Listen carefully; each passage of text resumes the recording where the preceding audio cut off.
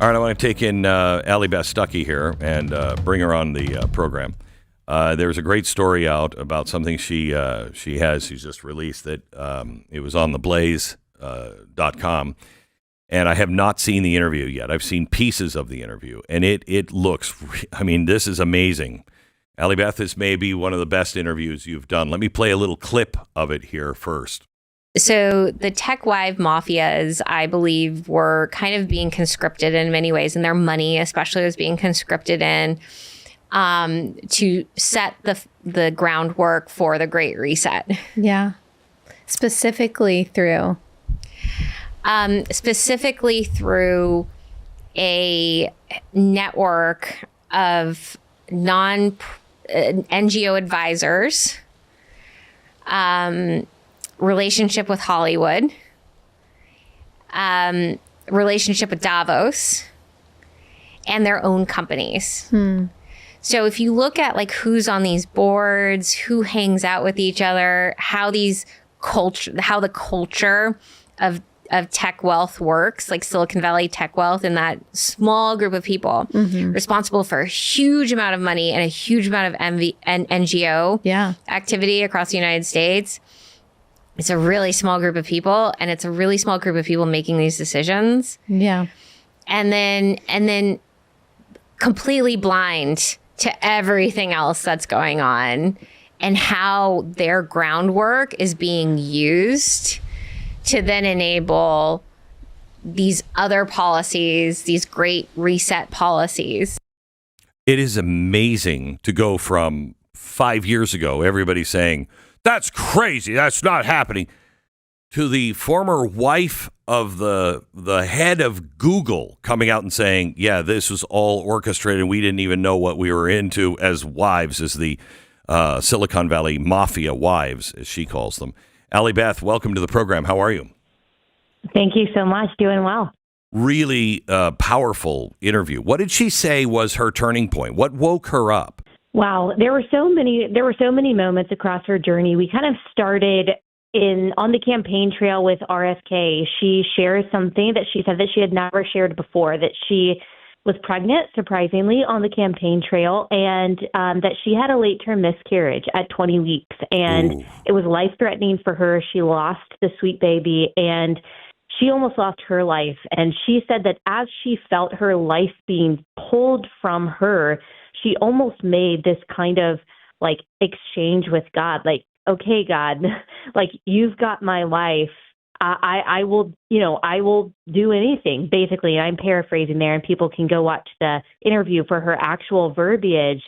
But she felt all of a sudden this kind of peace of God. But there had been a lot of moments until then that had led her to that realization that he is real, that the gospel of Jesus is real, and all of this. And something interesting she talked about is on the campaign trail, and she and I had talked about this privately too, and it's okay for me to share, said that she really saw the reality of evil, the reality of hell when she was deep into politics, and that kind of started to shift her perspective on, wait, who are the bad guys here? Yeah. What's going on? All of this evil is being done under the guise of really good intentions, especially in Silicon Valley, and I don't think I want to be a part of that anymore. Yeah, she said a couple of things. Well, first of all, when you kind of just said the interview gets into much deeper of her losing the baby. She lost over 4 liters of blood. You really only have about 4 liters of blood in you, and she was bleeding out. So it was a really traumatic moment of her dying as well as her child dying at the same time. She said at one point to you, when I started to realize all of this stuff, it's a little difficult when you're married to the guy who started Google. Yes. So that kind of goes back further in her journey during COVID. She shared that her daughter was diagnosed with autism. And like any good mom, she's trying to figure out, wait, how did we get here? How can I help her? What's going on in her little brain to help me understand how to best support her? And as she was digging into the research, she found some things that kind of have been dubbed right-wing conspiracy theories about, different environmental factors, even pharmaceutical factors that could possibly cause some symptoms of autism. But she had a hard time researching because the search engine that almost everyone uses censors that kind of information. And well, she was married to the co-founder of Google who was playing a part in censoring that information, not only inhibiting her research for her daughter, but research for the effects of the COVID-19 vaccine. And she shared that caused, understandably, a lot of conflict in her life and still does. I wonder what the conversations were like. You know what I mean? If you're looking at these things and then all of a sudden Google, your husband's company, is censoring and saying this is bad, you'd be like, I mean, can you imagine that? It would be really very bizarre to have that conversation at dinner that night. Hey, I'm trying to do some research and you guys are shutting me down. And I got to tell you, I don't think this is crazy stuff. I wonder what those conversations were like. I don't know. Yeah. It's crazy to think about. What was the biggest thing you took away from her? I really, really like her. Is this the first time you've met her? The first time I've met her in person. Yeah. I'm just struck by how genuine, down to earth, vulnerable she is. Yep. It is not easy to admit, especially when you're someone who has been prominent in that space, has donated a ton of money to entities like Planned Parenthood, George Gascon, other progressive causes, to admit that you're wrong, that you didn't see things as they were, and now you see things differently. At one point, she said, I helped all these women get abortions, and I suddenly realized I never helped a woman keep her baby. How dare I? Wow. Not many people, especially in that space, have the humility to admit something like that. And I just praise God for that, because that transparency will help a lot of people. How has her friend circle changed? I can't imagine she's got a lot of friends that were in that original circle.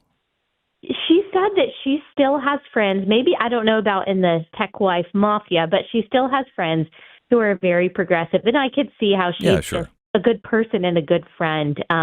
But she's having bold conversations with them. I know that for sure. Well, it's great. You did a great job. I'm so happy for your success, Allie. I really am. You're just you deserve it. Talk about your shared arrows. Give me your shared arrows pitch here. Yeah, Share the Arrows. It is our Women's Christian event, October 11th, Dallas, Texas. We are going to have Francesca Battistelli leading worship. We're having Elisa Childers. We're having Ginger Volo, Katie Faust. So many amazing speakers that are just rallying Christian women to be courageous in our homes, in whatever spaces God has placed us, to share the arrows with fellow believers as we face a common enemy.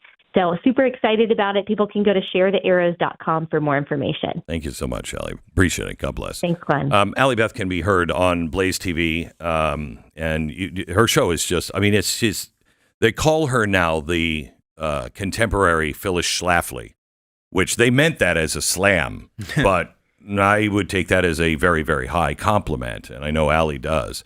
And you can hear her on BlazeTV.